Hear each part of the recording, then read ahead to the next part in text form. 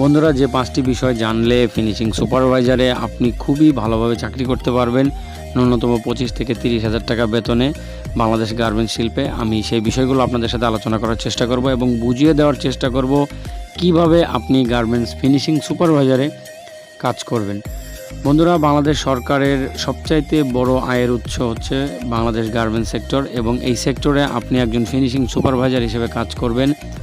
শুধুমাত্র আপনার যদি ন্যূনতম এসএসসি পাস সার্টিফিকেট থাকে তাহলে আপনি কোনো যোগ্যতা ছাড়াই ফিনিশিং সুপারভাইজারে কাজ করতে পারেন।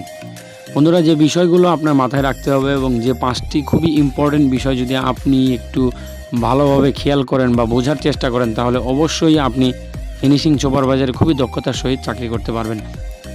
বন্ধুরা, একটা ফিনিশিং সুপারভাইজারে যে কাজ থাকে সেই কাজটা হচ্ছে, আমি আপনাকে সংক্ষেপে যদি একটু বলি, সেটা হচ্ছে যে ফিনিশিং সেক্টরে কর্মরত আয়রন ম্যান, ফোল্ডিং ম্যান, পলি ম্যান, প্যাকিং ম্যানের কাজ নিয়মিত তদারকি করা এবং ফিনিশিং ইনচার্জকে নিয়মিত রিপোর্ট প্রদান করতে হবে আপনার যে সিনিয়র্স থাকবে। পলিপ্যাক, ট্যাগ পেন, তারপরে সক টেপ ভালোভাবে লাগানো আছে কিনা তা দেখা, ওয়াল্ডার রিজেক্ট আলাদা করে রাখা, কার্টনের কোয়ালিটি দেখা, প্যাকিং সেকশনে যাওয়ার পূর্বে আপনাকে অনেক বিষয়গুলো দেখতে হবে। বন্ধুরা, এখানে আপনারা যদি একটু ভালো করে খেয়াল করে দেখেন যে আয়রন সেকশনে কাজ হচ্ছে, একজন আয়রনার কীভাবে আয়রন করতেছে এই কাজটাই আপনাকে খেয়াল করতে হবে এবং দেখতে হবে যে আয়রন ম্যান সঠিকভাবে আয়রনটি করছে কিনা, আয়রন করার সময় আলাদা কোনো প্যান্টের যে বরাবর ভাঁজ থাকার কথা সেই ভাঁজ না থেকে অন্য আলাদা কোনো ভাঁজ হচ্ছে কিনা। বন্ধুরা, এটা হচ্ছে প্রথম একটা ধাপ যে আপনার যখন কাজ দেখবেন আয়রন ম্যানরা কীভাবে কাজ করতেছে এবং কিভাবে কাজগুলো ফলো করতেছে এই বিষয়গুলোকে আপনাকে একটু লক্ষ্য করে দেখতে হবে। দেখতে পাচ্ছেন এখানে একজন আয়রন ম্যান প্যান্ট আয়রন করছে, পাশেই যে এখন দেখতে পাচ্ছেন বন্ধুরা টি শার্ট আয়রন, একটা ছেলে টি শার্ট আয়রন করছে এবং তার আয়রন কোয়ালিটিটা আপনারা একটু খেয়াল করুন, ঘন্টায় কত পিস টার্গেট, ঘন্টায় কত পিস কাজ, এই বিষয়গুলোকে আপনাকে খুবই দক্ষতার সহিত খেয়াল করতে হবে এবং আপনাকে হিসাব রাখতে হবে পুঙ্খানুপুঙ্খভাবে। এরপরে আপনারা দেখতে পাচ্ছেন বন্ধুরা, আমি যে ফ্যাক্টরিতে কর্মরত আছি সেই ফ্যাক্টরির ভিতরের একটা অংশ, এখানে এটা হচ্ছে ফিনিশিং সেকশন। এখানে সব কাজই হচ্ছে আপনার চেক হচ্ছে, বডি, তারপরে প্যাকিং হচ্ছে, হ্যান্ডটেক হচ্ছে, এই বিষয়গুলোকে আপনাকে শুধুমাত্র তদারকি করতে হবে। এই তদারকি করাটাই হচ্ছে একটা স্মার্ট সুপারভাইজারের কাজ, আপনাকে শুধু তদারকি করতে হবে। আপনি দেখতে পাচ্ছেন যে এখানে কিছু লোক আপনার টি শার্ট প্যাকিং করছে, এটাও আমার ফ্যাক্টরির একটা অংশ, একটা সাইডের কাজ, যেহেতু আমার ফ্যাক্টরিতে 2 ধরনের কাজই চলে। এখানে দেখতে পাচ্ছেন যে টি শার্ট কোয়ালিটি চেক করতেছে এবং পাশাপাশি প্যাকিং ম্যান প্যাক করতেছে।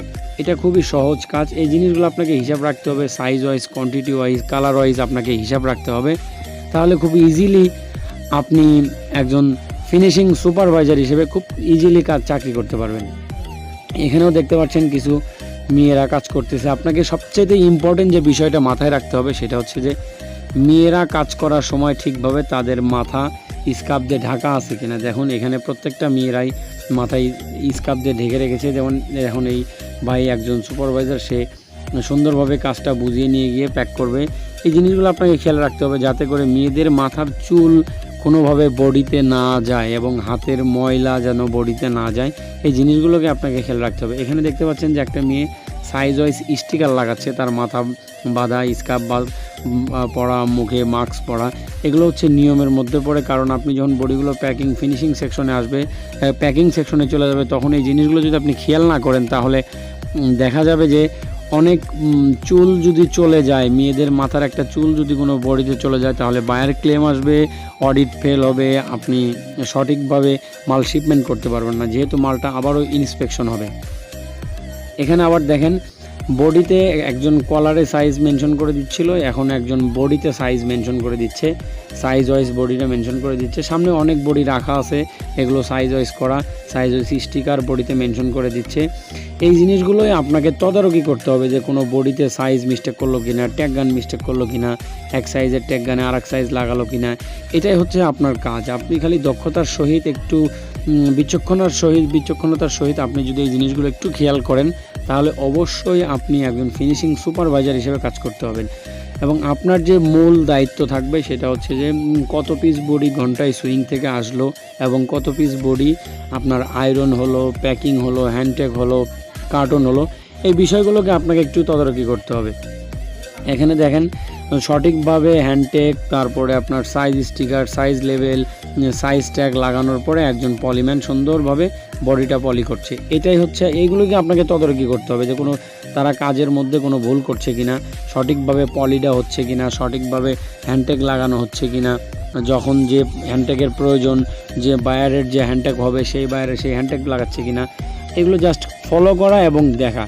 সবচেয়ে আলোচ্য বিষয় সেটা হচ্ছে যে এই যে মেয়েদের কাজ করার সময় আপনারা খেয়াল করে দেখবেন যে কারো হাতে কিন্তু আংটি নেই, কারণ আংটি থাকলে কিছু কিছু বডিতে স্ন্যাকি হয়ে যায়, টান লাগে।